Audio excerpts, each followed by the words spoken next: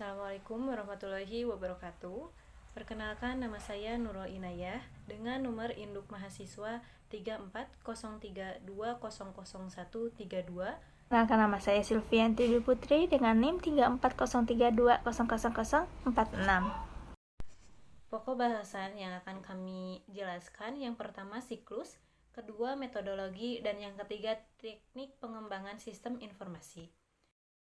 Siklus atau life cycle adalah tahapan-tahapan dan tugas-tugas yang harus dilakukan dalam mengembangkan sistem informasi tanpa memperhatikan sistem informasi jenis apa yang dibuat dan seberapa luas yang harus dihasilkan.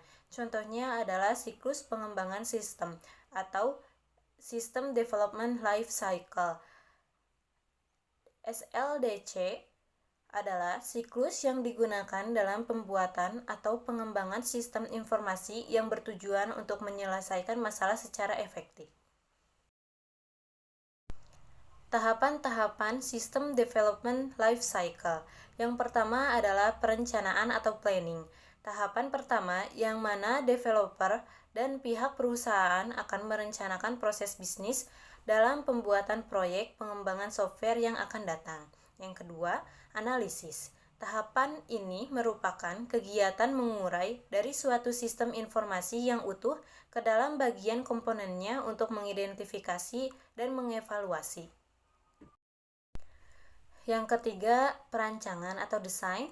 Tahapan ini menghasilkan prototipe dan beberapa output lain meliputi dokumen berisi desain, pola, dan komponen yang diperlukan.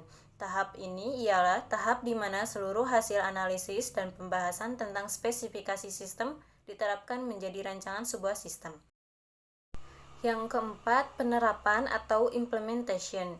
Tahap berikutnya adalah implementasi, yaitu mengimplementasikan rancangan dari tahap-tahap sebelumnya dan melakukan uji coba dalam implementasi.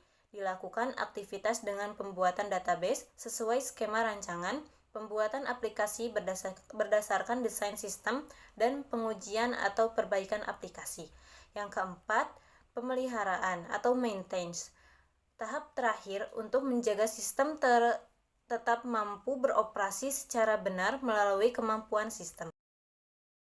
Metodologi adalah rincian secara menyeluruh dari siklus pengembangan sistem informasi yang mencakup langkah demi langkah tugas dari masing-masing tahapan, aturan yang harus dijalankan oleh individu dan kelompok dalam melaksanakan tugas, standar kualitas dan pelaksanaan dari masing-masing tugas. Teknik-teknik pengembangan yang digunakan untuk masing-masing tugas ini berkaitan dengan teknologi yang digunakan oleh pengembang. Metode-metode yang digunakan dalam sistem informasi. Yang pertama, metode System Development Life Cycle atau SLDC adalah analisis sistem dan programmer dalam membangun sistem informasi. Tahapan-tahapan pekerjaan yang dilakukan. Metode SLDC ini seringkali dinamakan juga sebagai proses pemecahan masalah yang langkah-langkahnya meliputi 1. Melakukan survei dan menilai kelayakan proyek pengembangan sistem informasi. Yang kedua, mempelajari dan menganalisis sistem informasi yang sedang berjalan. Yang ketiga, menentukan permintaan pemakai sistem informasi. Yang keempat, memilih solusi atau pemecahan masalah yang paling baik. Yang kelima, menentukan perangkat keras, hardware, dan perangkat lunak, software. Yang keenam, merancang sistem informasi baru. Yang ketujuh, membangun sistem informasi baru. Yang kedelapan, mengkomunikasikan dan mengimplementasikan sistem informasi baru. Yang kesembilan, memelihara dan melakukan perbaikan atau peningkatan sistem informasi baru bila diperlukan. Yang kedua, metode prototyping.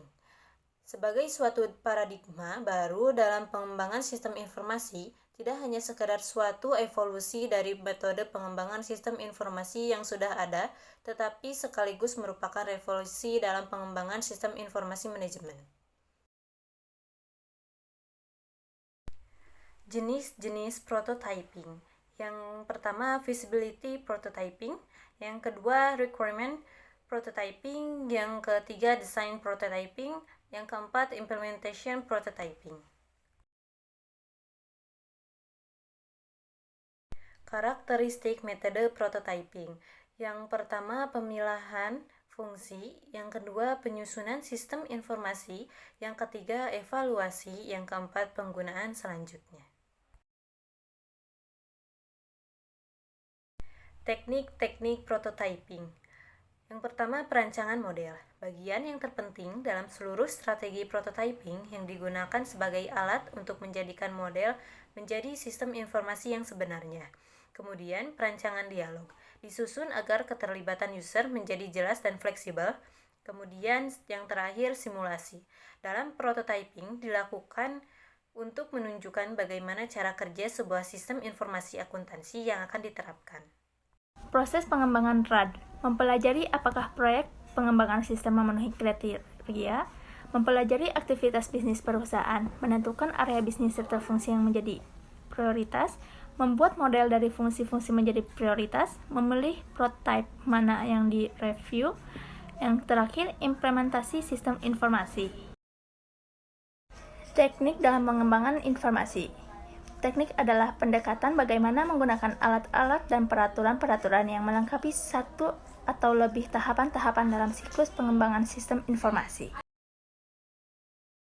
Analisis terstruktur modern merupakan teknik yang berorientasi kepada proses yang paling populer dan banyak digunakan dewasa ini.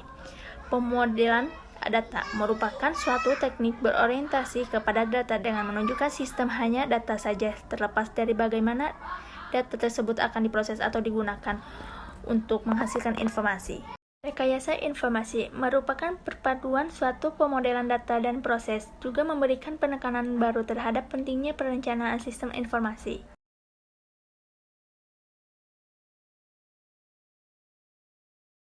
Joint Application Development atau JAD merupakan suatu kerjasama yang terstruktur antara pemakaian sistem informasi, manajer, dan ahli sistem informasi untuk menentukan dan menjabarkan permintaan pemakaian, teknik dibutuhkan, dan unsur rancangan eksternal.